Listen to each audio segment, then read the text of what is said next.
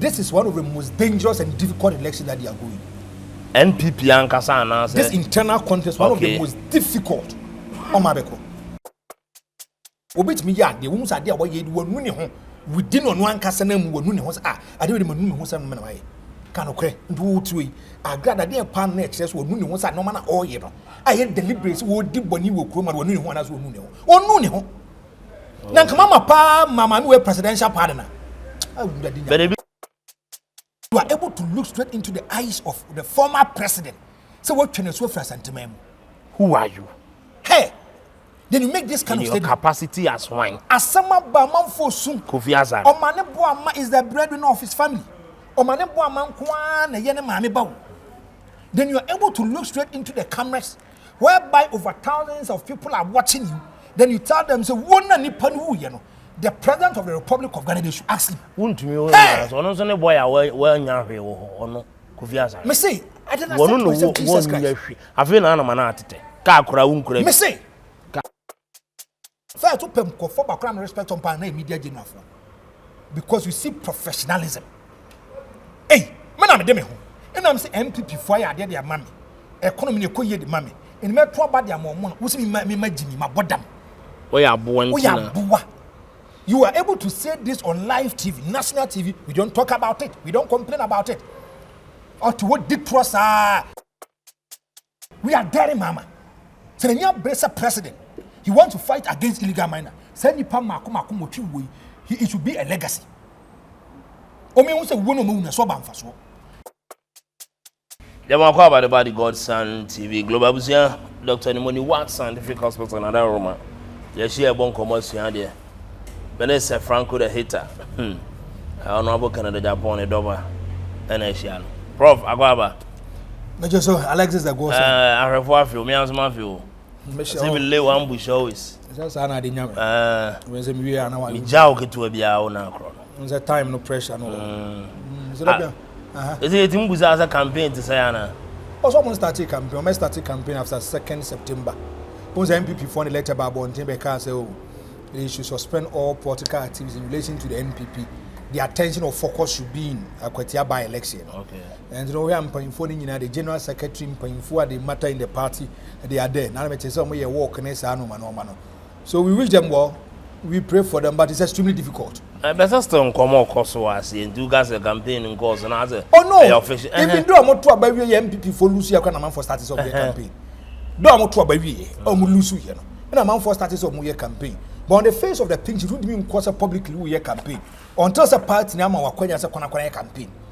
But me tell me can Brian ye, Agyapong ye, Mahmoud Baumia ye, a Duchum ye, Nano Kamadis, a Duchum ye, Bian and no creating Yakasa, and there are a whole lot of issues.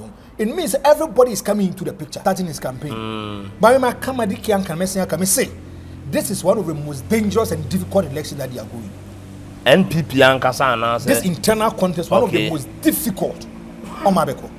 May Obiani me say my support is for Kennedy Agyapong Agyapong, but it is not an easy contest. It is not an easy contest. Let me catch or say it is not the time for crying or wailing or a portion of blames. It's a time for them to work and work hard if they want to secure that seat and make sure say they will be the flag bearer of the MPP. I'm being honest with you. Difficult elections. So as a rough football season, transfer na ekoso. Oh, why I say like this no camp or transfer camp we will come on. So that make a say the 37% of Kennedy Agyapong Agyapong and yet intact. And organic sir. That means organic will be intact. Okay. The 61% of Mahmoud Baumia so intact. Okay. Do you know why? People are not amount for they shape them into their way. This time round we say they have their liberty and freedom. To almost switch camps. Switch. Obuso when Mark say be a Kenya no matter he's not happy with it. So they're moving from one camp to another. Okay. And two is stick no camp we free camp we kwa or is pom bureau campaign coordinators and manager the market we free camp we the camp is sanity. But it depends on how you consolidate it. How you make sure say you are able to convince people to bring them on board. Okay. Me now me say this is the time for you to spread the agenda, the ideology, the cardinal principle. No man can the person or and then no man why. And also to me catch the ordinary voter to understand the reason why it's what about the bank. The back catch say it is a foregone conclusion. Say former Baumia can be a boy. No. Me say it's extremely difficult. Extremely. Yeah, baba. extremely difficult. Yababa ho ransom no. And then come on. But then now President John Dramani Mahama. Yes. So the presidential pardon, amnesty. I'm a nipa 998. Yes. Hooray. Yes. There is another called Mami Agrada. You are not being serious as a journalist. When you're serious as a journalist. They are something okay. Me, I've seen people calling for it. And I grad that, but then I do the name say, yeah, grad. You know which premise basis be you know. Basis be you know. So I remorseful. Remorseful kwa mbe so. Say one ten on sembi. And I caught was one nya please one nya kwa mfa phone video. Mame pemu bi me fere ne power bi supermarket we ntem wo. Me one of friend catch him so him say asem bi no person make Franco Giaconia, Franco Meso na na chena de oko TV so a kabima agrada wate na say adan. Agrada kura free social media nya de. Or cast say man. And just same way na wo kan de akere me say me nkokot na TV so nka. You are not convincing me. Why should be a grad man presidential pardon? Say them things a man presidential pardon. Catch them. And then my men now be saying maybe my own people are calling for it. Me, I don't have any problem with it. But when I was fast with the modus operandi, me no problem. Where we bet me the money, but it depends on the person how you deal with the issue. Okay. Remember when interview be, na me when me say the whole year be a deliberate. Yes. Okay. Oh, we ankwanya say interview no. Okay.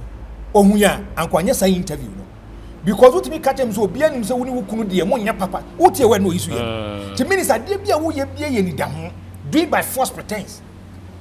Okay. What man nya courage about na TV ni radio so ye advert say o do boost can you are trying to mislead people.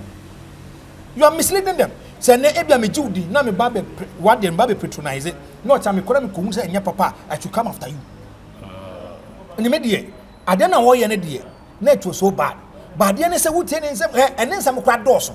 I no, obit me yard, the woman's idea what you do home. We didn't on one cassanum when Nuni was I don't even know who's a man away. Can okay, do three. I glad I didn't pan next, that's what Nuni was at no manner all year. I had deliberate would dip when you will come and when one as well. Oh, Nuni. Now, Mama, pa, Mamma, we presidential partner. But the business said, I'm so the case. They went to court of competent jurisdiction. Or we are cross-examination. Just so I make a cross-examination. Your lawyers are there, state lawyers, and so on, and they are cross-examination. And once someone who can be is stated on record. And if she was able to convince the judge and said, you also more than also your bow, and go back to the kind of pains that will come as no wow. Judge near cross-examination, if you know that there be the many and the papa. And to what they are glad they papa would me catch a man for some man about to boom Sikadiabo. Nina Kwankando Blue was said she is going to multiply. Kwankando Blue, okay. Was said she is going to multiply. And what they are what but TV new radio so your advert. Are you not surprised? Are you not? But almost so crown can be crown crowd. Nico Dini Pamos or crown Tiasi. Now Dini Pamo, then a chess I got a bit man multiply Skadiam was wako. I was surprised. Learned people, intellectuals, a little. Obi wa koskua do actually to me catch yourself wa faka free savulugu ebi so faka free wenchi ebi so ma faka free ho adan agrada so be multiply skadia momo and you are cool with it and me dey agrada dey mama minim so won try kra ni years no dem no mani ntwa ebi so de ode ma muntie 3 obetimi de bia ma no dey catch yourself obia won nkra bia de bia wo ye bia no you have to be extremely careful. Me no me be kwa ko disca duro bia be affect me and affect you. And some confo na wo kan masem no they did it to a political benefit. Tell them me carry some politician naturally they are bombarding Ghana. Omo de ombenya their selfish interest there the attention is there. Now one that kese Kevin Taylor Ghana ko.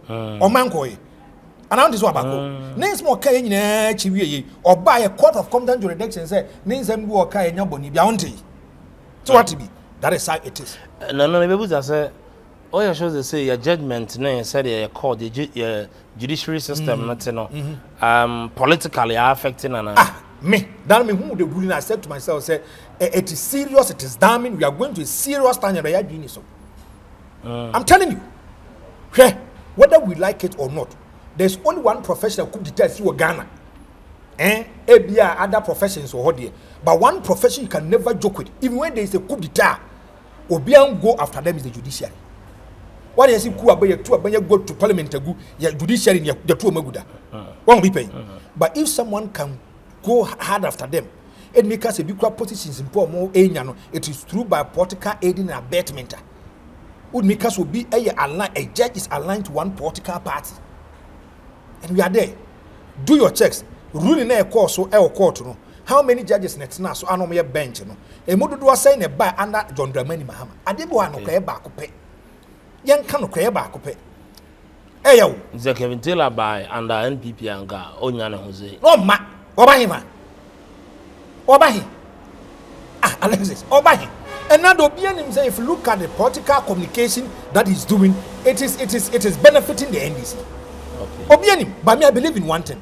I believe in discipline measures. Say be a ade na ye no. E be from ko me ne wo na ekone ba then am I nya de papa. You condemn me, you criticize me, give me constructive criticism. Okay. But whereby maybe be a war source sport be the mame. So you're not looking at the merits and demerits of the matter. It brings a certain kind of problem and we should not joke with it.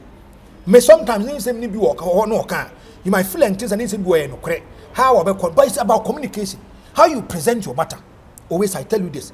When me I say the machimian ko heaven men ko, the machimian ko bunsem jameko. It depends on how you communicate. Me. So be your analysis, obey your political panditry. And if the person is attacking issues, not personalities, I love the person. Timne de biameka. Me so ko end this one. Obey say Erika J. I listen to him. Erika J. That guy go and do your checks about him. Tamaklomo, Edwaji Tamaklomo. You see them attacking the issue. They are not attacking. Is he not part of this? Oh, no, sometimes they attack personalities. No attack personality.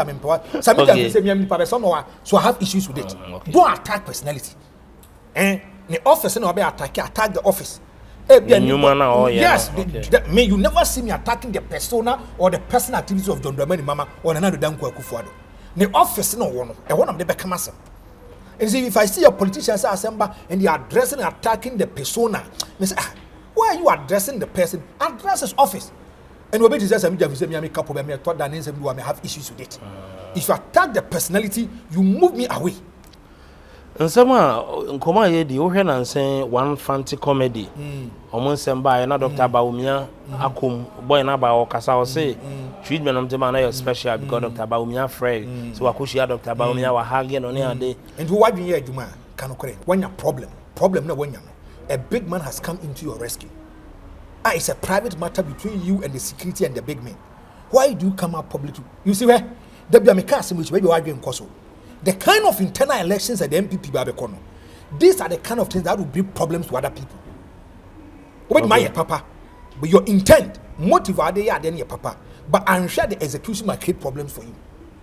As someone can, then meaning say it is now a responsibility on Mahmoud Bawumia if they arrest or prosecute any NPP person to show that same of care and concern. Okay, that's what I make a choice because whether we like it or not, Obian is a fancy comedy. No, the normal be all ye be in yours to the benefit of the new Patriotic Party.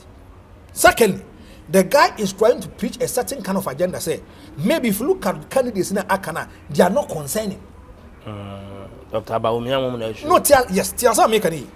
As we speak today, Mahmoud Bawumia is not the leader of the NPP. I know. Per their own constitution.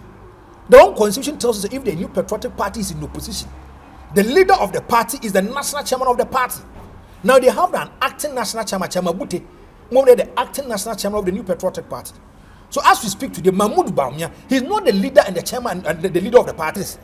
Mahmoud Bawumia is not the leader of the new Patriotic Party. No. That's all no Mayina. It was the 2024 elections. As we speak today, we have 2028 elections ahead. The 2024 elections were peculiar to the 2024 election, whereby he was the leader of the party. As we speak today, none one that comes and cuts some way amendment. No party in power new opposition. Still, the chairman should be the leader. So Mahmoud Bawumia is not the leader of the new Patriotic Party. As we speak today, acting chairman is Chairman Bute. On moment, the lead SP head. The senior administrator of the party is lawyer from Justin from Ponkudia. Now they are guy na yeno. Memene no a enye nsem ye na nka meba publicly ababeka. Say we also the show on appreciation. Then it means say over the 4 million people to about Mahmoud Bawumia. NPP ni benya problem be a national security and no meba be fana no. Say ni pana say Mahmoud Bawumia should go into the aid of the person. Is he trying to tell me say it's more NPP than all the NPP people? I'm asking a very simple question. And the Adibu why it is between you and the person, the security. You just keep it to yourself. anya hwe ene e bia me asem to me a big man can call and says that be Franco de makora no and it's hard ya say ni say I should not come into the public domain. Okay. Odanas kokuoma because see adena why no one me am a political pundit no you are giving me a certain kind of notion say if look at the Dutchuma onye caring Agyapong onye caring Brian Champo onye caring tie so ka say Mamudu ba me ne place ko me do koto ba bi ni sa no mana the it means say sanko for no nwen. Okay, others no. Yes, one more new. The toss me say me MPP ni na say me ko kasete John Dramani Mahama and me kasete NDC and me kasete the system or the administration or the institution. Na say me nya problem per what has happened.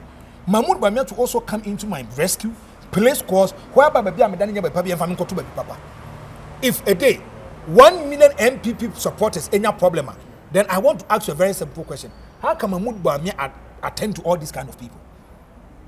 Even so much say nurse and some now can Dr. Baumiana church is for that one I cannot guarantee it. No, for that one I cannot guarantee it. Of course. Me politics be a me piano. There be a me come say let's deal with the substantive matter. We should not even look at personalities. I didn't see whether we like it or not. Over and the daily Dr. Mahmoud Bamia felt the pains. Ghana home. Okay. Both the NPP and the NDC they are friends. Murtala Mohammed of blessed memory was saying ni Paul caught on the forms of man called Ghana Law School, a rare friend of Patrick Boama, an MPP person.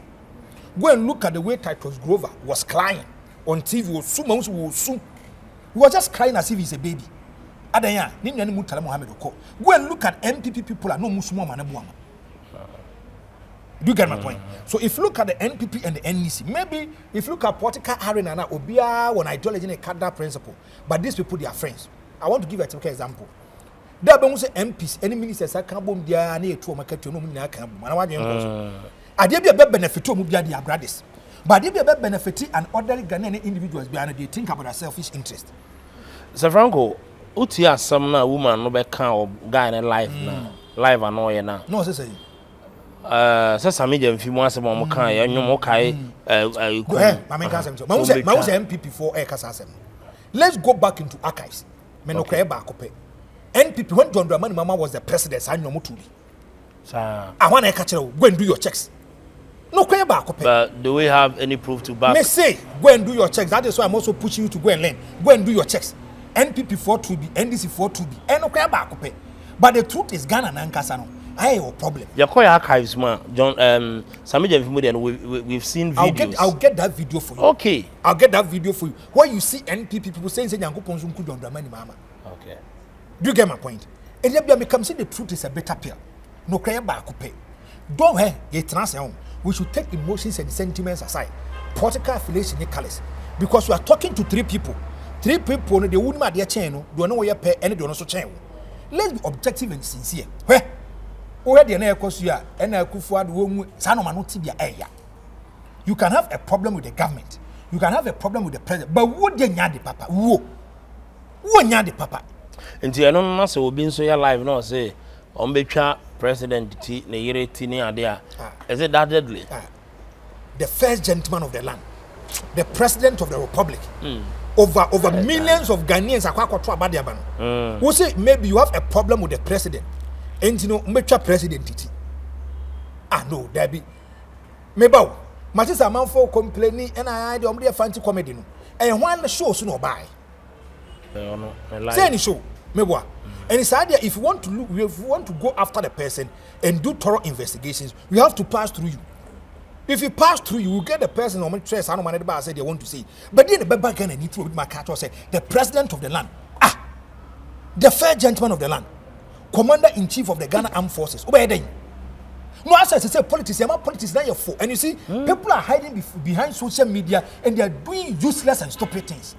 So, Franco, we say, individual differences. All the money individual differences.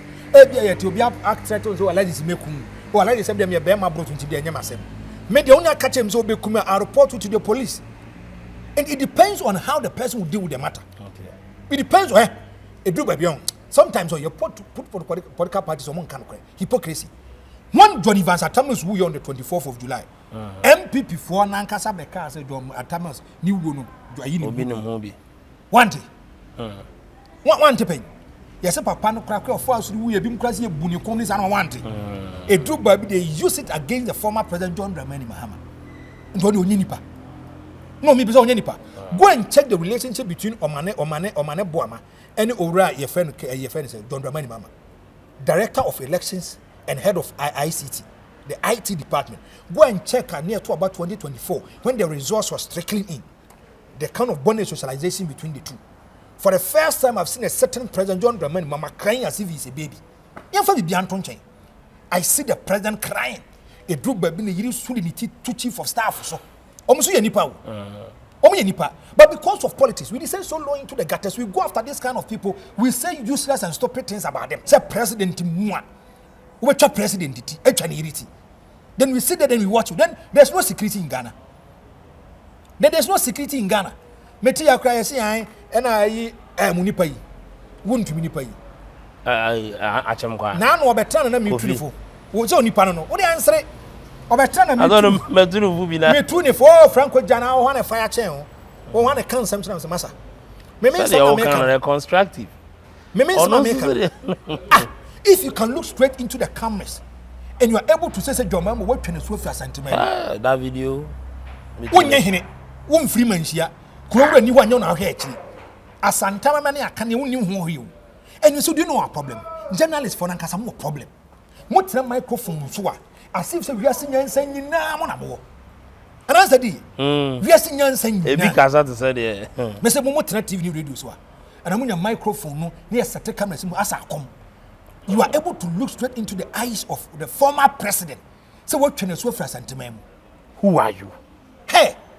Then you make this kind of statement. Capacity as wine. Asama ba manfo sun. Kofi Azar. Omane Boama is the breadwinner of his family. Omane Boama nkwa na yene maame bawo. Then you are able to look straight into the cameras whereby over thousands of people are watching you. Then you tell them say wona nipa no ye no. The president of the Republic of Ghana they should ask him. Wontumi o na so no so ne boy a wa nya hwe wo ono Kofi Azar. Me say I don't know Jesus Christ. Afi na ma na atete. Ka akura wunkura. Me say you are able to say this. What kind of impression are you creating? What kind of impression are you creating?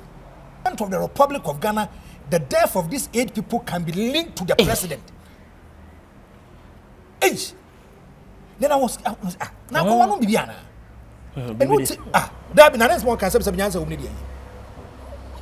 no, as small can you o say na as my maker. What to man who's have more problems I'm sure for. You always want to criticize people, but you don't want people to criticize you. Me ye video we obi timi didi matem. I care less about you know why. The person has also expressed his opinion. Me the say don't insult, but have a nice way to deal with your matter. Oh Franco kokai ha. Okosu ha the boy then who be boa. You are criticizing me constructively and you want me to go and learn. Me say moni pa no. Okwatena team so as accommodate esi so. Di attempt ke kan your pebia. And I blame the management of Wontumi. Do you know one thing? Open station back when attention has come on them. Said they don't exhibit professionalism. You catch 2024. Obisi will no catch the Ghana for say on the 7th of December. You better ban from first go see force. Yes, morning show host. Who journalists? Your duty and responsibility to educate and enlighten the ordinary Ghanaian. But just because we have the cameras, we have the microphone, we just say anything that we want to say. Abra NCC if what just can boka. Tio NCC. Bodewuro. Chira kwan pa e ba so to aba no. Advert telling Ghanaians on the 7th of January we are going to vote. What me be no catch there say if you bet to be from Monday to the Ben. Na omo that 7th April. What be why? And I'm even surprised that no even going after him. He's misleading the public. Obi wo ha won sa first am radio forecast we are final abriwa bi wo tie sa asro nya na nyuka so kwa akoto aba just omo to first kosi 6 ni we ade so kwa akoto the 7th kosi 8th. You are sitting there, you don't see the Ghana Journalists Association coming out to even vilify and attacking him. So be so to Mahama no ye jo ada benada that's what he be we ade nti 7th no kwa na ye to consistent omo station no omo kwota na aboanya kwa akoto no di mpanyifo atem anani almost a movement. Now why there?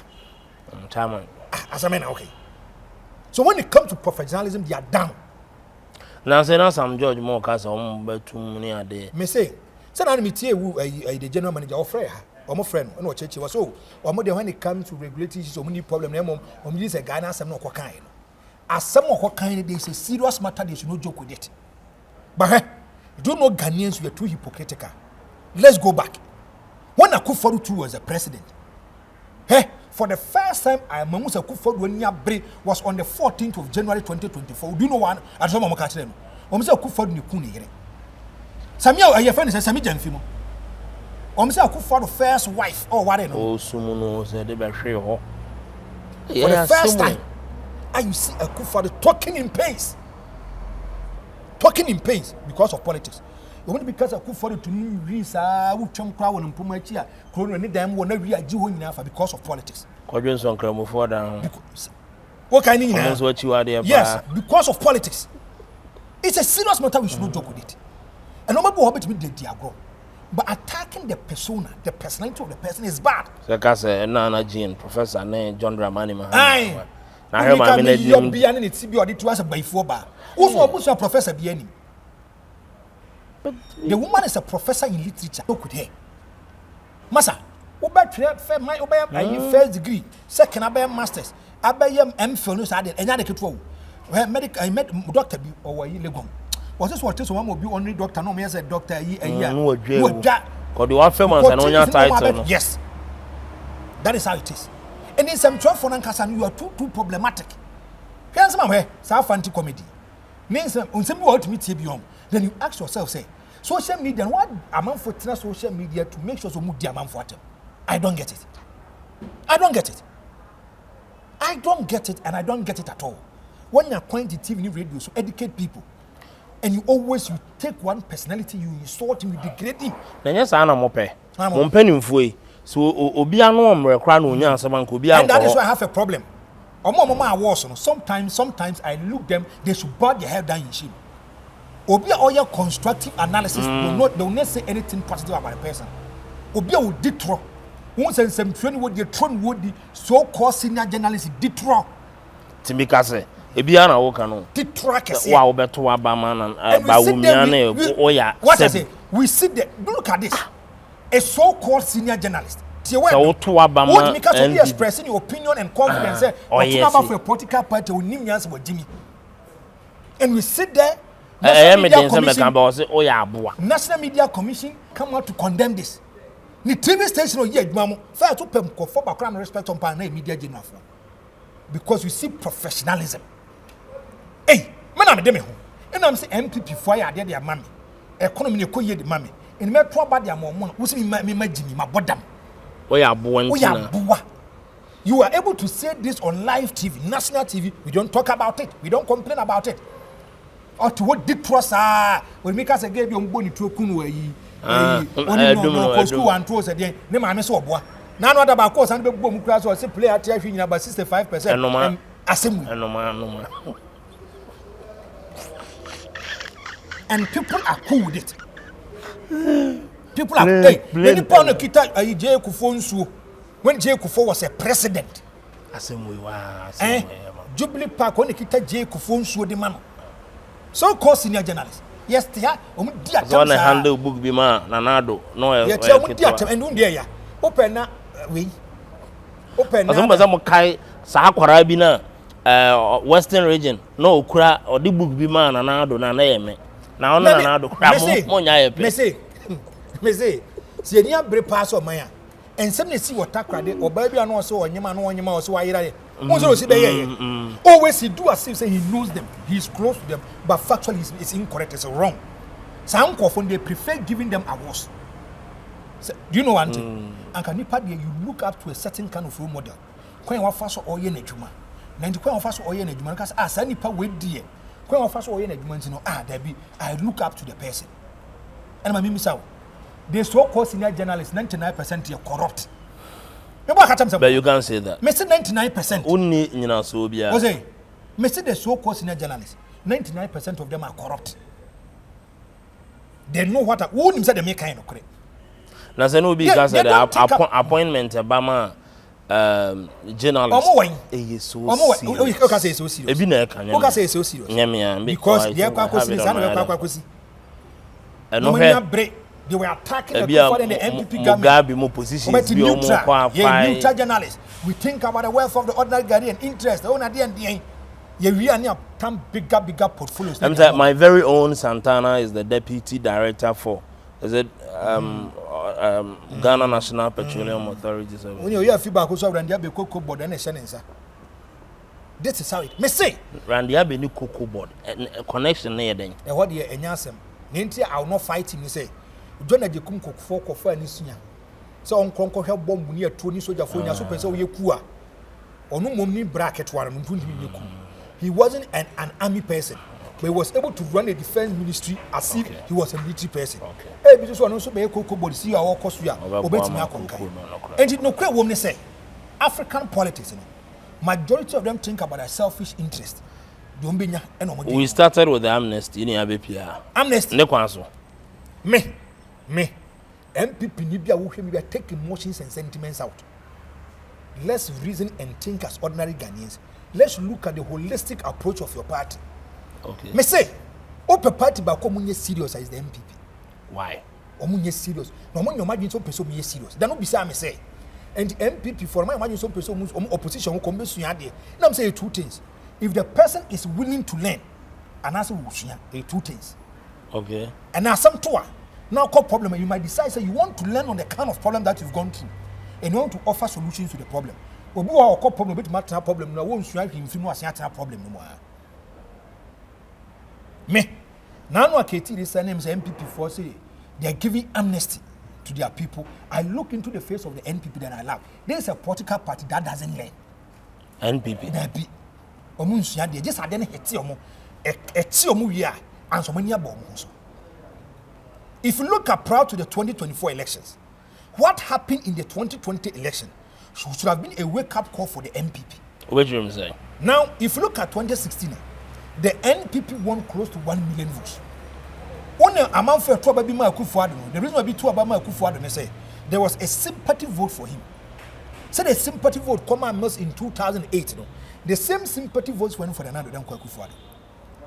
Edu baby. People were complaining about the best performance of John Dramani Mahama. I want to end this for the catcher say if the kitchen is too hot for you, get out. The NDC exhibit egoism and arrogance, draining a hand time with the person. So Ghanaians said to them, said they are going to show them. Now, if you look at the 2016 elections, close to 1 million. 2020 election, close to 400. It tells you, say, don't joke with it. The data is not speaking well for you. The data is not the papa. Anytime you are going for elections, I mean, guys, I'm so. That you better baby. Be president elect. Then you best swear you in. That day you start losing vote. You come back and say, "Want to know craba?" The Ayina say, "Nya papa, we go." We quite quite fast, quite so friend, no problem. We made my cards over my positions, one more rebel, no problem. And it's animal. And one way, yeah, how to consolidate to abate might even be problem. But look at 2024 elections. Prior to 2024 elections, open political party backward, there was disunity. No unity in the party, it was the NPP. I'm taking you back to 2008. Okay. NPP, they have a certain kind of issue where there's no unity in the party. For them to capture power is extremely dangerous. In 2007, 2008, Nipa Makuma could do so, and as some president to do with MPP. And I'm calling NDC for Akron for doing so. Say, Akron for Makuma could do so, but to about you from Penny. Thank you. I said, you got here. Thank you. And the MPP for Kasabe. Okay. It was a straight contest between Alan Kwadoche and another than Akufo-Addo. Me, now me say Akufo-Addo good evening Ghana. It was on Thursday. Or Kasabe no catch up for Adomo say he's resigning tomorrow because he's going to contest as a flag bearer for the new Patriotic Party. Take this. No resign as then. Was it Foreign Affairs or Justice Minister Mbako? But take this. 2007, Akufo-Addo didn't win the Legon elections. He did not win. No, Dabi. He didn't win the elections. It was Alan Kwadoche who threw in the towel, gave his best right to Akufo-Addo. Akufo-Addo won the 2007 election, I know. Internal Prime Minister. No. If you look at the NPP pedal consider 50+1. Akufo-Addo had about 48 or 49%. Alan won and close. That decision that Alan took, best senators affected Alan. Alan decision no take him. He didn't consult his people. He used his veto power as a leader at that material moment to take a decision of Professor Sumgiba. Nipa did to say what as a son at any particular moment. So Alan was so selfless. Was he? No, he's selfless. Oh, he was thinking about the broader picture of the party. But that decision that he took was your broader consultation. I know for a fact that people who were close to Alan was annoyed. Okay. Peeved. Because now there's no mere broader consultation. No one should do demands the more kufuado. Oh, okay. Now me nada. The infant say a call for flag bearership race. Now me made the second. Now me abandon be second run. Now me jamu the amawa. Member conditions. It be in written form. You sign because of the SNT. Then, so what team we are then another day Alan ya power. Those say any automatic, but another told them say all Kondoba take it over. It's Alan Kwajuche Mantin. Do you get my point? But what change you pay into say what? Ana muhunu say Nanado and play role bia. Why Alan? I'm play role. No, Nanado and play role bia in bringing in Dr. Baumia instead of Alan. Don't even go there. Mahmoud Bawumia no clear woman and say Mahmoud Bawumia was not an MPP person. Mahmoud Bawumia. Even the inner circles and the big men in the MPP didn't even know him. Oh. Mahmoud Bawumia. Mahmoud Bawumia was a deputy governor of the Bank of Ghana.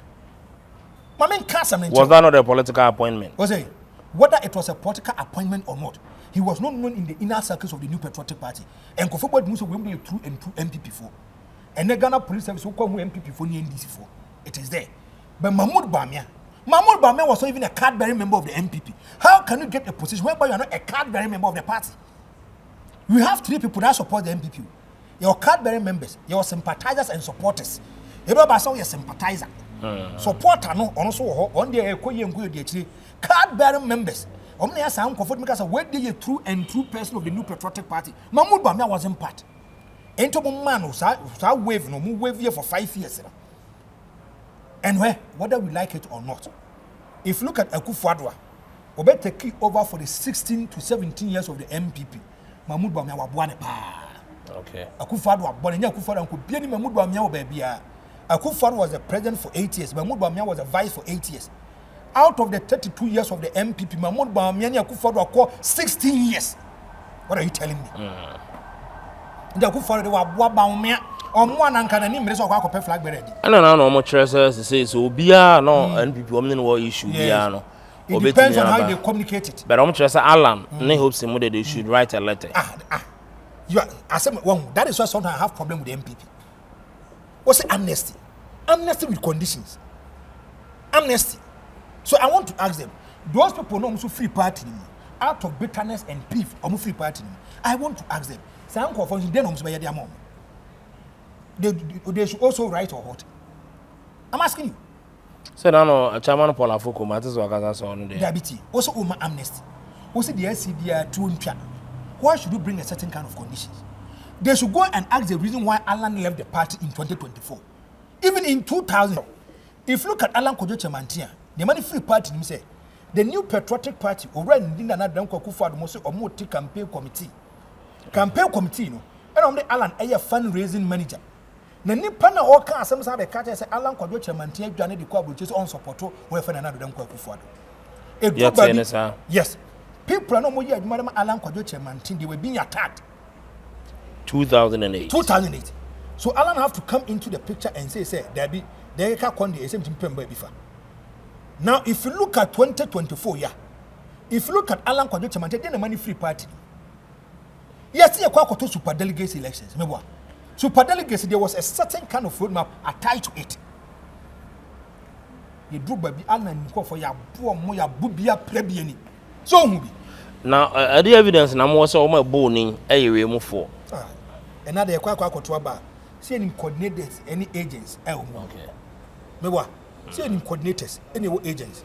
I didn't say no workers will be no cast Franco dem so papa ni kini Agyapong. Okay. Maybe so. Say onyuma me hu. Thank you. And the dana year to aba no so be a MPP ni no or Alan Campo be hu. Obi a NDC na so Alan Campo be hu. That tells you about the kind of problems that they are going to joke with it. We should not joke with it.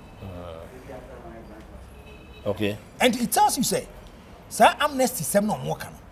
They have issues to deal with. It depends on how they communicate. To be Alan, obey me back. nipa drain to say watch it means it depends on how they deal with him. And some money back. So why didn't they use Kofo?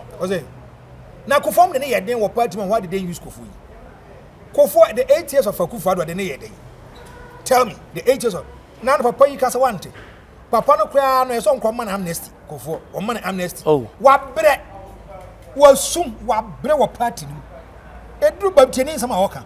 The party can take a decision without even the previous knowledge of a former president that will capture power for you, whereby I'm going to fear for 4 decades. And so, you are a and to be this Alan Kwadoche, my test was on the MPP, no Mamu Bimuda, but they can still go to me and talk to him. You see, politics is about numbers. Every political party that caught this kind of problem, this cross could be paid. Go back to 2000. The NDC, Gusitano Yefi. Gusitano Free Party meet affected the NDC and Oman Man winning elections. The NPP be out to open party back more this kind of problems, but is a new patriotic party. They have to solve it.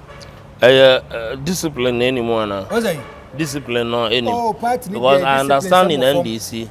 So I see don't get Honorable Johnson Wontumi to key decision and that's it. Me say. Oh, Baso, you see why you form swear to me. So you guys on the JDM.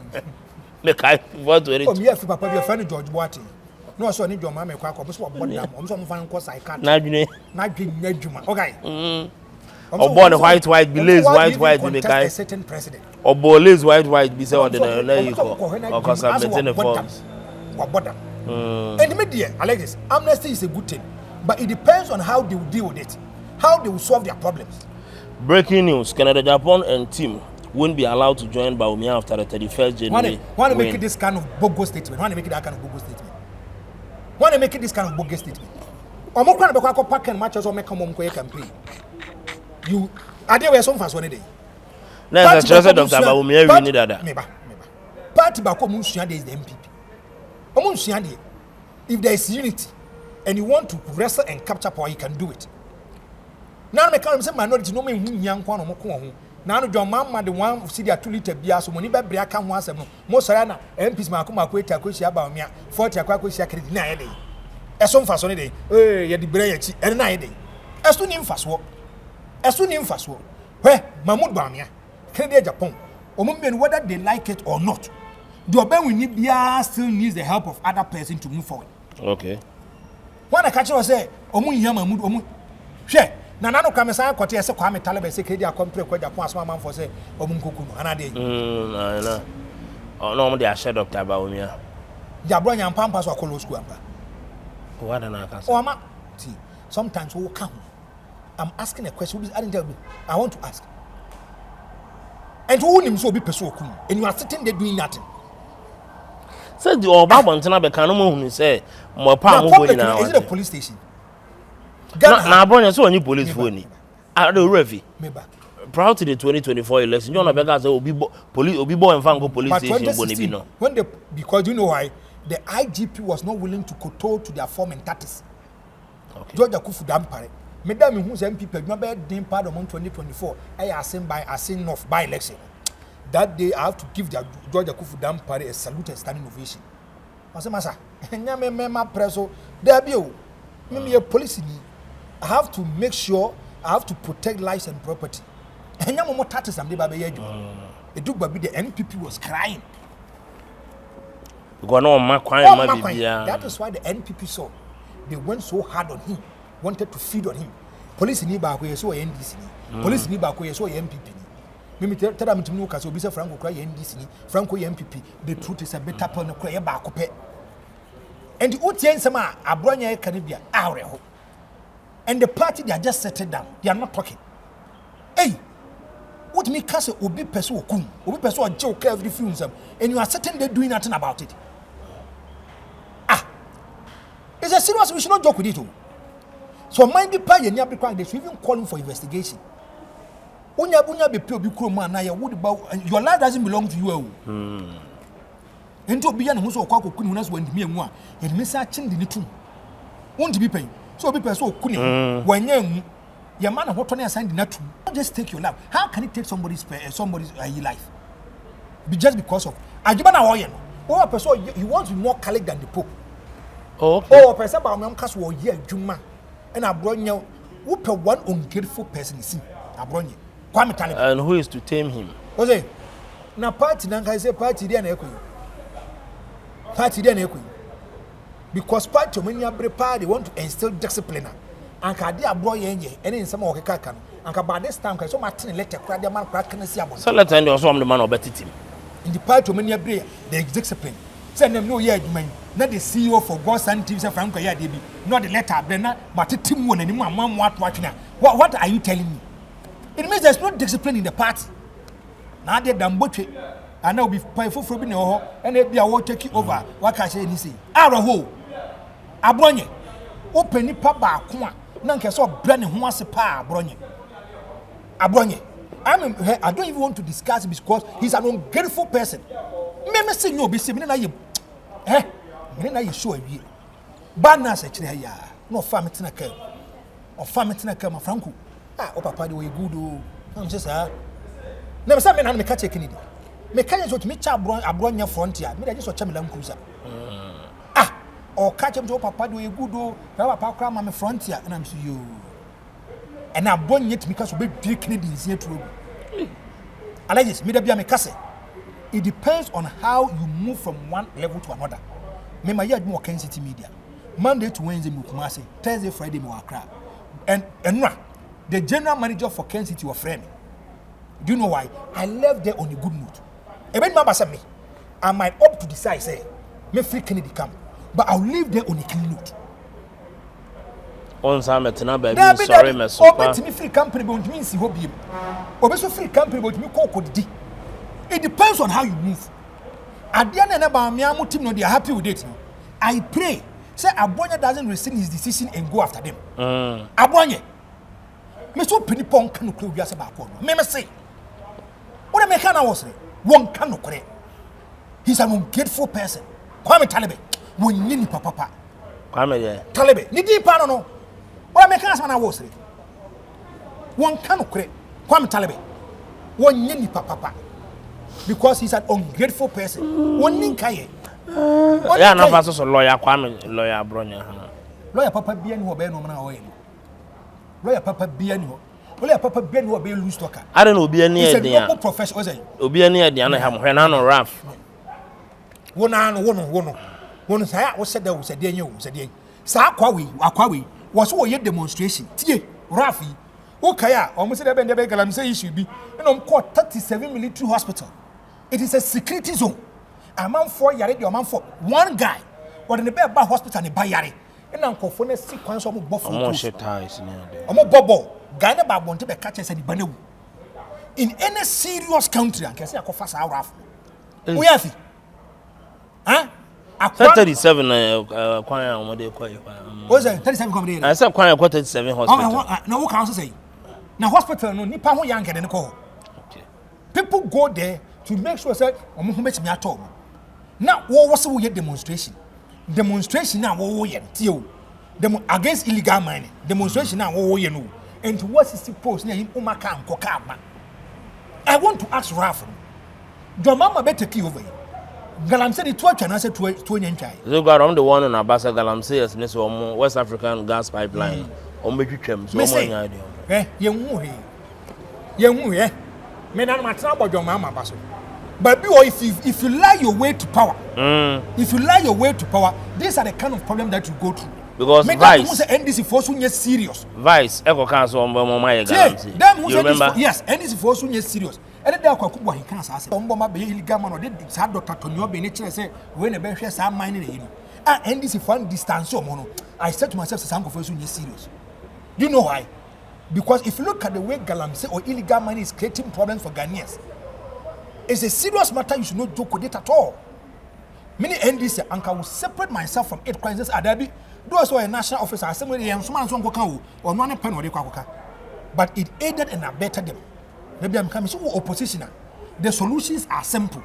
But about power, the solutions are too complex. And it be nice, and then look at how the NDC they are struggling.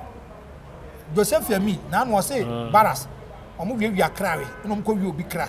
Then you probably say, oh, they are men, Mamma, and me, I'm a coca. Or patch, say, Galamsey Asemo. If they dare him, he has a lot of stories to say. And what wants him be? Maybe say what wants him be. That is Ghana for you. Araho. Do you mean to us NDC? Illegal mining. Abang bien. Sa mama pan ni abra. Mama na ni abra. Nipa 8 no mo. Nipa 8 no mo. It should be a wake up call for him. No, let's look at the roadmap a man will buy. Yes, say nipa 8 no mo bob wase. They are going to bring out programs and policies to fight against illegal mining. Meboa. Yes, I know what I say. And I send nipa mo full plane. Z9. Na Z9 na we man Z9 na ba be tia hwe nipa mo twe. One. And then na dey omo bob wase. And na dey omo good. If a defense minister, tell you, a defense minister, what na play bobu. If a science and environmental minister, 2 cabinet ministers, one call for be at the regional minister, a second vice of the NDC, and painful because of Galamsey, or Magu. Soldier former come and say nice woo. Nipa 8 because of Galamsey. Mama, so when men took Galamsey, said it's not ready. I was so there. Message to be because with me, I said, hey, what come in time? Because I did way. Many man use my bad, they were boss. We are there, Mama. So the new president, he wants to fight against illegal miner. Send the Pama Kumo, it should be a legacy. Omi wants a woman moon, so bam for so. And that's almost some maybe suka or maybe bread. I because some fight against illegal mining. Nipama Kumo, but who crowd everybody need 2 weeks in it. Oh, but that's what 2 no. Before cry we be see. Or pen grofo mbe dware blue water. Kona komisa set a champion former regional minister Eastern region. Was so copy mo Galamsey site to make pump action machines. Now no the forestry commission. Almost security guard on the cock pam Galamsey. Or match a forestry commission ni ba kunsa about Karen Salmon at the hospital. What regional minister some kofun to make it to me a modern sophisticated machines. Pump action. I didn't be real man. And one can say in politicians him. Was so called they are able to overpower them. Galamsey phone are able to overpower the security. Galamsey phone, say a regional minister, he is the head of the region. And you say Reseko said he is the chairman. Chairman so Megan. Omunu sro Galamsey yes no. Amakofibua. Nan what one wusu. Nam so hosa wusu. E ka sum kwade anka me bana na wonu so anka me ne kotina ho. So far as when you get to so it is not time for crying. Yes, there were 288 forest reserve. A move 49 is under attack by Galamseyers. 9 totally taken by Galamseyers. Yes, say if you look at hectares of land as I 5,252. As one make a chonity. And it's a Domamania break pass up to illegal mining. I say, our man Magu. Mutala Mohammed, Masapon, I'm here, Masapon, you also. Was so catch him so quabo now way. A mamma, mum, asked one so could get me from man. Some confident mum could do, and yes, a mamma no cum. But a mamma near break as a president. Some conform Akumakum or Kiwi. They should fight Galamsey as if there is no tomorrow. They should fight Galamsey. And now Omokuta sophisticated weapons, even than the security. Do you think the president Benya enforce Yama? Now,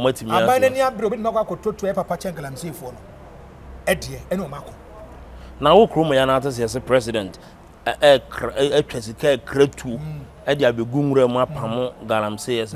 I dare know, to me, come about President Tabaso. Go and check now what the Ghana water form, say the stability level of the water. They say, come okay, you have $350 million US. And so you need to Kruma. Just make a catch on. Look at the kind of money I'm telling you. Oko Confanochi teaching hospital, it's me wakra, Naba Kunsen. It's if we be mercury, the two room. Go and see how people are getting cancer. Go and see how people are going through problems, kidney problems. Say they should not mind in water bodies. Some fine never, and fine never. A fat pot never. One a good pot. I buy one point for it. Don't know those people. A bambian of a cadem for minimum conform Yagalam. They know them. Do you know why? If they are in opposition, Sagalam say for the blue muska. So, Ozai. I'm on the bear campaign. May say if they are in opposition, Galamsey for the blue muska. So if they come to power, they cannot fight them. I could find one Momo Galamsey, your mama Momo Galamsey, NDC phone him, MPP phone him, but they are afraid to go after them. They are afraid. They are not ready to fight. And any almost almost says, oh, my now, Ben, what is almost Galamsey as for much of Moka, as Kaka, Omabekas Canachera. So, I'm call site, Omocoin, Omobo, them one. Now, one excavator, Trewa. and on far pump action machine on farm next cut 10 billion now to make 10 billion no at the police for some catches some coin there be any cars on one too are they trying to come muska who good nibi I'm asking you so be sabi I'm asking you me say me wo minim security man or call me go for Agyapong ho catch and say can do a big man me so ni IGP munkasa na ayi friend say galamsey no almost say the tax force be call me come yenu krampo ba make manya sika kaka de sidan dan am go kun dem o me say I'm telling this on authority o come yenu ba ene galamsey omukun onu security no ene galamsey omukun o ko stop no o ko fight there's no proper coordination about this galamsey there's no proper ha and a mutakasa regional your friends the commanders divisional commanders or more galamsey area in your transform akuma 42 I want to ask them that's why illegal money and answer money ekoso me boy say ekoso yet blue water for aba ha and mami wan kaso adam for na bisi was so akwa chase excavators e makuma 20 to 30 ni nyina ira ma na kanai nyam na me kan you ana bisi nyam na me kan excavator no yira te enye ekolako ena enye sandpaper na yira MPP come to me chibi e de kosi RCC ade be chi na yira me say they know them there is no gap but this is serious me say two political excavator kranzo yem fa kurom say ena nam kwa using there machine two political parties obi need that commitment and political zeal to fight illegal. So hana bisi umo na muram ho ye dai if they are not fighting it okoba ko ba no hu say yes aduna so yire no ho ye okoba ko ba ye. So are you trying to tell me? I know for a fact. Now, okay, I said, me can say, I say, don't get here any your mama what problem for be di matema chiomekas asa make no correct. I know for a fact, an abusing lands minister a problem. Because of an amount too, no. She is moving outside her jurisdiction. Sanu no. Well, galamsey the new person as the lands and natural resource minister. IGP is also at the tax force, won't he? IGP what military for ATB. There's no proper act. Now small scale miners, no. Almost this kind of tax force has become an extortionist. Omo come omo di go jiji scafrey omo. But your legislative ni background ko we say na mo 4 billion. Omo kono mo so afre Diane T no. Say no so 4 billion omo so aba. We say na omo basa. So go and check how people almost security service nim any paying for they are willing, they are ready to make sure say omo tax force against illegal mining or galamsey. Oh, is omo lobby no omo kokan homo. Say more there. So go back as a dedication. It is never ever true. They are being patriotic. Blue water for one to blue water ni bia ko disco be want. This is Ghana. Me say naturally we are bombarded. Me say naturally we are bombarded. About 95% of we are bombarded. I know na Ralph person said the hospital mo hwe nkrofo into regional ya wo mo ya we. It depends on how you communicate and depends on how you do your matter. It mean remember say mabaha. Bana me ba me hia dey be serious. But it depends on how you deal with me. Nipa no ayare Oba mo say also I don't buy an nurse need diagram. I've also listened to the account of the nurse. Nurse said there was an emergency case he was also dealing with. Nurse ba ko na no. Me say nurse na obo no work. Nurse obo no work. Na bro no kra no obi say evidence be na mo so obi abo because oko social media. Crofo be some just the way nurse no aba na gi ne nsa ne ade no anya dey say abu obi ase nete omomo what the technical just am for mo kan mo your expertise say abu obi bia e say you nsa ba ko de kwototwene mo bia hu si abu no what was out me tell them then you ask yourself say are we serious as a nation ya bu obi akọ adwuma o mu ade ba ko so emia yes nurses for me ko o ma ya adwuma 9 months yentu amoka want here GRMNM force in for want here na tennis na count na work e bia raf no 9 case okokodu woni pano e bia na nke so mo hwe o mo ne saruma nipa ni fie omo is the only solution is just obuness ni na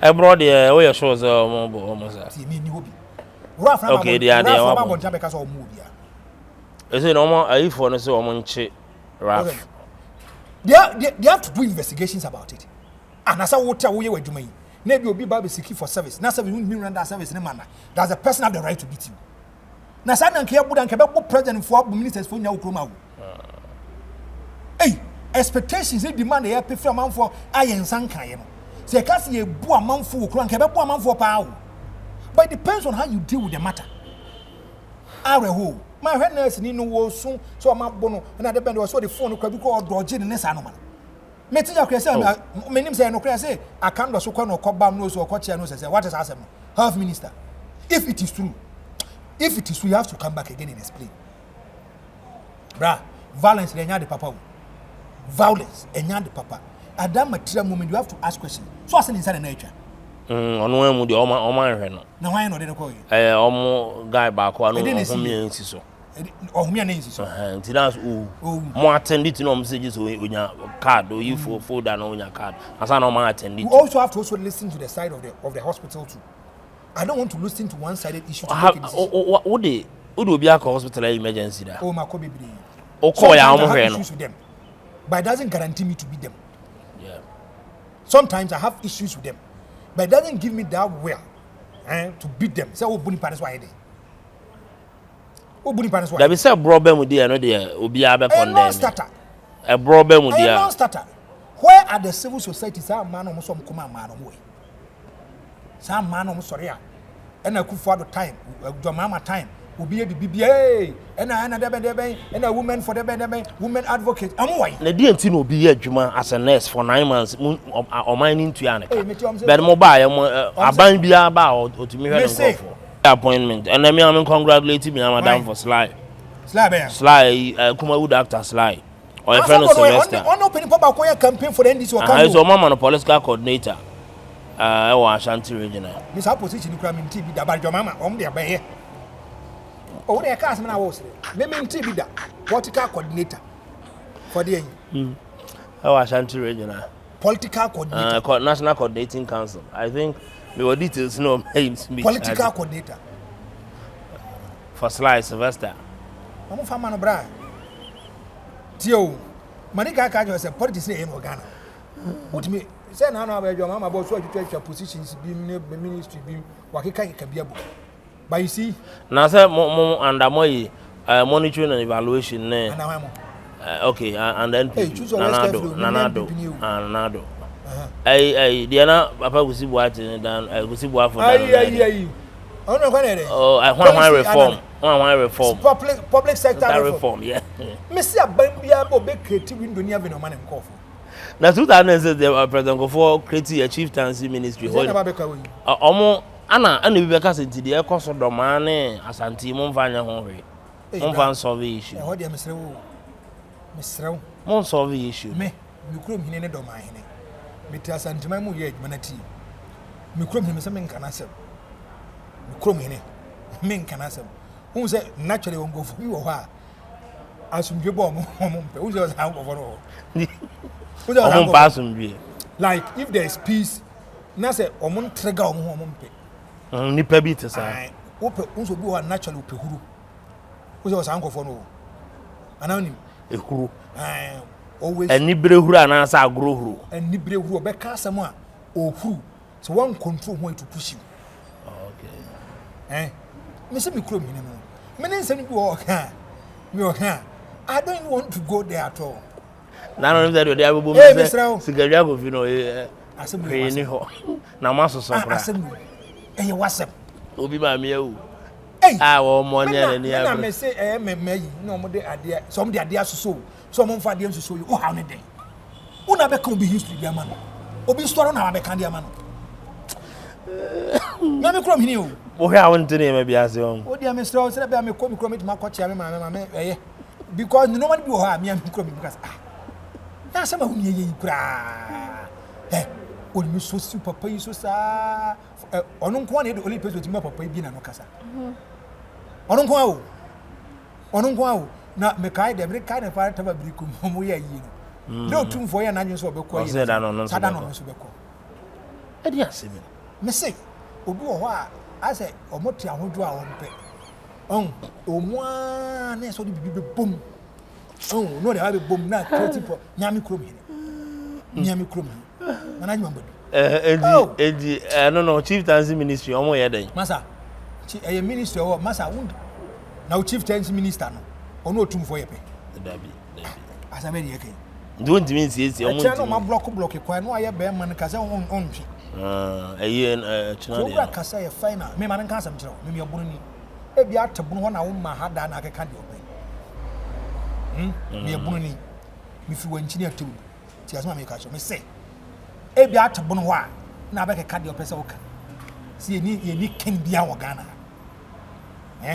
so wo ba na be hu se de city a o like this what dey can now say wo be hu se de city a one abekwa ko boda wo hey ye dia group ni eti ho a ye di kura ye di akoro hwe na no bi se Kevin Taylor be sini ko wura ho a sa kwana asem de mpesa meka ko be hunu se mpesa meka na dey atu Wontumi ho Wontumi go da hospital nyina me say me the first person to mami hu kura a me chia ne say e kwasi apia coach yes na me hu na no kura no soja for be 40 ni go eno kura wa frɛ kwasi oni kwasi di nkumo eno ahemfufo ni ho just be me kwasi ni ono pe no yeah don't joke with it don't joke and what one na obeka ka de opesa oka me yebunu ni but when it comes to this kind of size chieftaincy dispute I don't even label myself into it. Gabi on na to mo ho ase no mo say this is the time they want to go.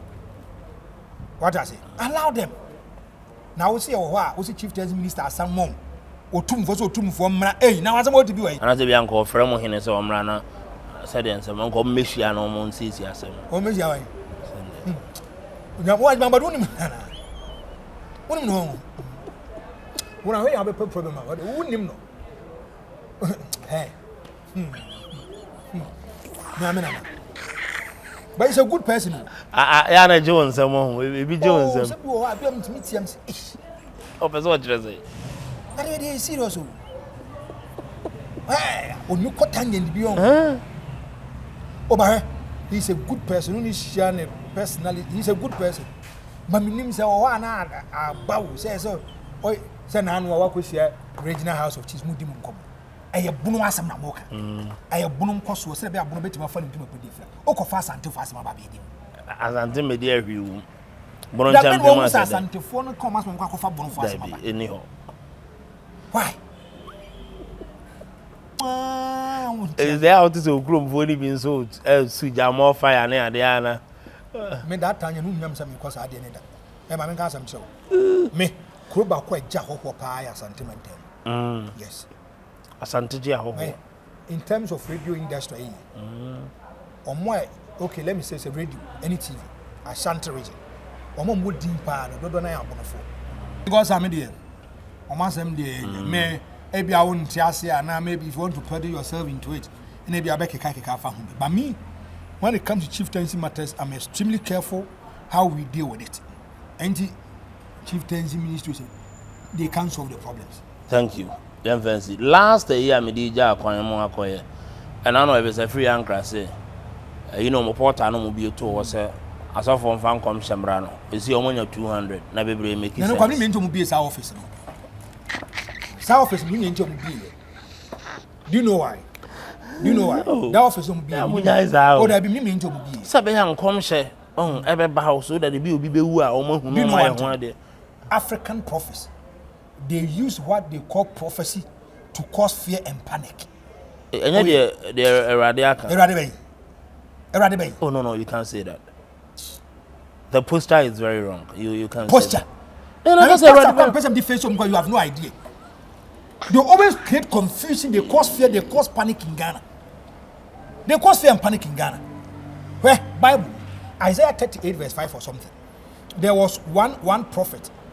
Nyankopon or the prophets anymore. Nyankopon, he will give them a way to contact the person. Oh, okay. So Rade A.B. Bichrawa, Nipe fan hono. God will give you a way to go to the person. Or be direct you. God will give you a way to go to that person. So what corners and Nipan open up for you? Wouldn't you Nyankopon to my way? But them one some academic one say it mean prophet. Or me bo bi phone number nyina. Etini san ka Rade de. Oh, as a now no Sophie was so promane boama or her money but nipo be mbani boy. So fit me say come to obi atade or send telephone number. And Nyankopon ye Nyankopon for mane boama telephone number kan wan fa ma no. On o shen ko bi telephone number. Me say almost say a prophet, they speak the mindset of God. They are the official mouthpiece of God. Ghana prophecy ma ko 100 be ba 99 ye wuo ene no ma be to ama menya hu ene positive prophecy da ade wo yo mai anhwe o medwane obi date nani na na adwen kire ne say president be wu a obekọ akoka chom say nyankopon ye ochom say president baba bi. It's a serious thing, you should not joke with it. Me, we probably the prophecy di me count.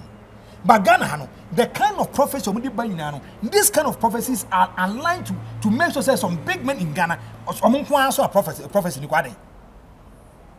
no echo. And I like this. Hey, we baby they intentionally give you a time limit. But I mean, US suffer be say when they are poisoning in America. Me na mpatasi no bi am poison. And there back where me time can say, if I be a prophet of God. So you are challenging God today too. If you doubt me, no make cancer answer me. Now I'm find news happen to you. Among some was can come mama for being into sanom di sanom hu na sanom de beto so. Because me wo ho amentiase. This is all about power dey food. Was it? Over power dey. Kenya kombre kwa Agyapong. Me the last time I cancer no na so fast am dey nyana sem. Baby I say no why they are fine. But me I believe in prophecy. But the communication, the mode of communicating. Go and check. Do na no me prophecy in the Bible. Idea be your mind the biano. They say it publicly. Idea be is meant for the king or authorities. They go to them directly. Okay. They speak to them. But all your shows is a Flagstaff house.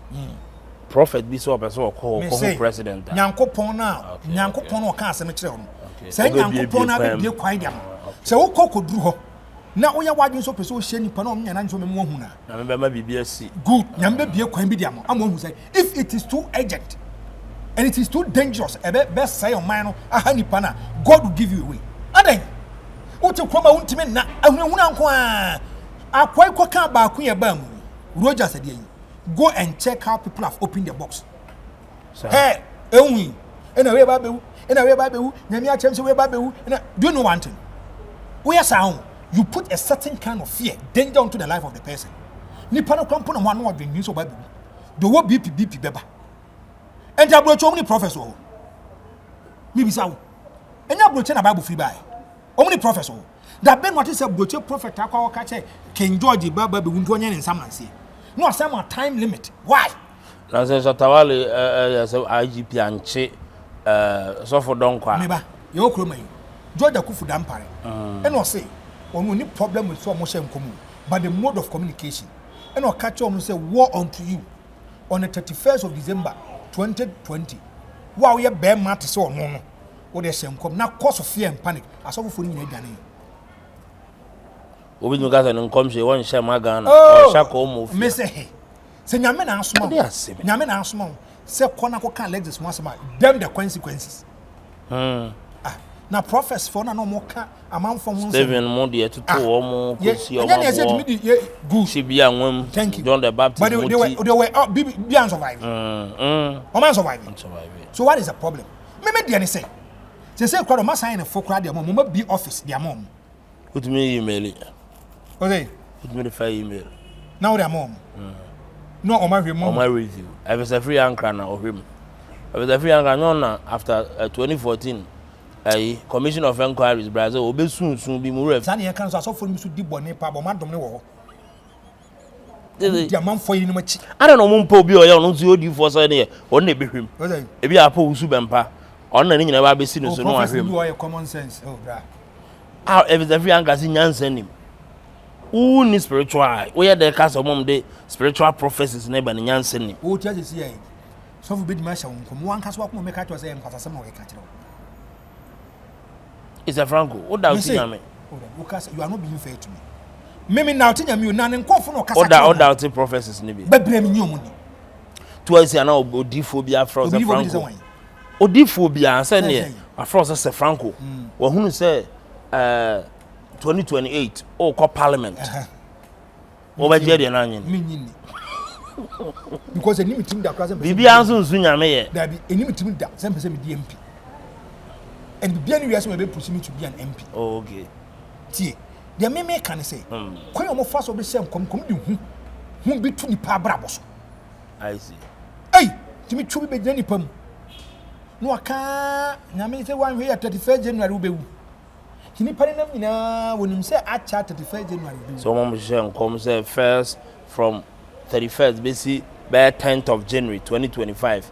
Mpanimfo bi omo di aban so president bi bewu ni ade omo da so ti we. Dey asem kra ni. Nti o man bi ani abere Arab country o meka to. O man sa ahye foforo say Arab country o meka to say blasphemy. Me hunu za kofo ano o mani sine so. Minim de omo ji. So wanyini.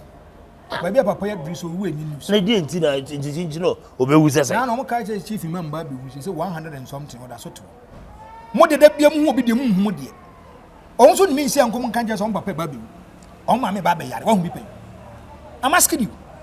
Wa hu bi pen. They always play with their intelligence and conscience. And me there, office no mabie ni de omo so mabie. But office no kresu nim faso. Office me so nim faso man. Because when you say you are even opening way in windows to peddle themselves into falsehood and say a prophecy. Ya no achi asante achim. Is it a ye den? Maybe ayi wono. Abi asempa FM wono. Asempa FM. Oh, maybe asort FM nso we. Ayi. Okay. From Pong. Okay from Pong. Okay from Pong. Me Godfather be back. In that asempa me kan kan ye. Won motibo nso. Ayi, dey on bubu na dan. Ne ba no.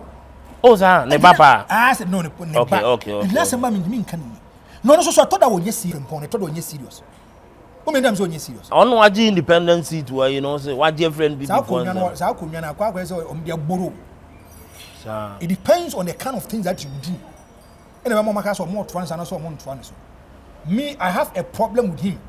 Now Okasa Okwa opted for the NDC because Obianim said that is a stronghold for the MPP. Now Utenas Monemekaya, he was able to convince me and by saying say so joining MPP in terms of development infrastructure, the NDC might not help him.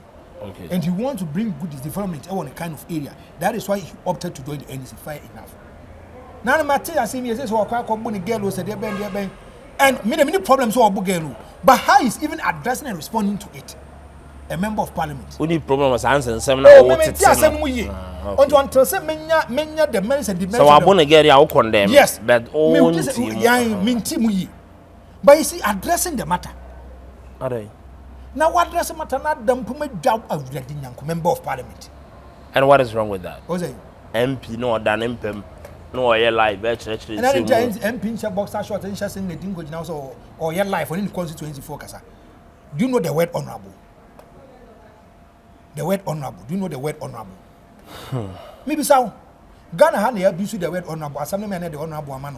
I would miss you will be yes, you need committee chairman honorable. Hey, honorable. Now honorable. There be. It should not be so. Look for the meaning of honorable. But be a word dream. You represent a certain kind of people. There be a mechanics of packaging and branding. You don't joke with it. And so who's a first and maybe your guy. This time round, you lead a certain kind of people. No more lead you respectable people, businessmen for whom you represent them. And you say over 100,000 and 80,000 people for what's our constituency and 50,000 crowd to you are the choice of the people. Me, I believe in branding and packaging. If you get to the legs, you be no dress and cry why you the person might not even give you a certain kind of respect. Nipanati Franco, if you share the kind of dressing, it gives you a certain kind of love and respect people give you. Me many problems so address issue no. Now some bana address issues all them to make your body change group come. No, are we serious? What they asem dia can na wosre. What they ka bia na wosre. Some member of parliament. Obi aka asem dia. Damn paso now. Damn paso. The chair too come down boss wo ni. Enti yenhwe. Hey, any can your man for wo ni pa o. That's a parliament. Say who is a nipa bi e parliament no. And head am one no. So then the catch say the way you hear man for parliament no. Some few years to come, you are going to breed people who should not even qualify. Say, or me fa parliament to kwan kura no.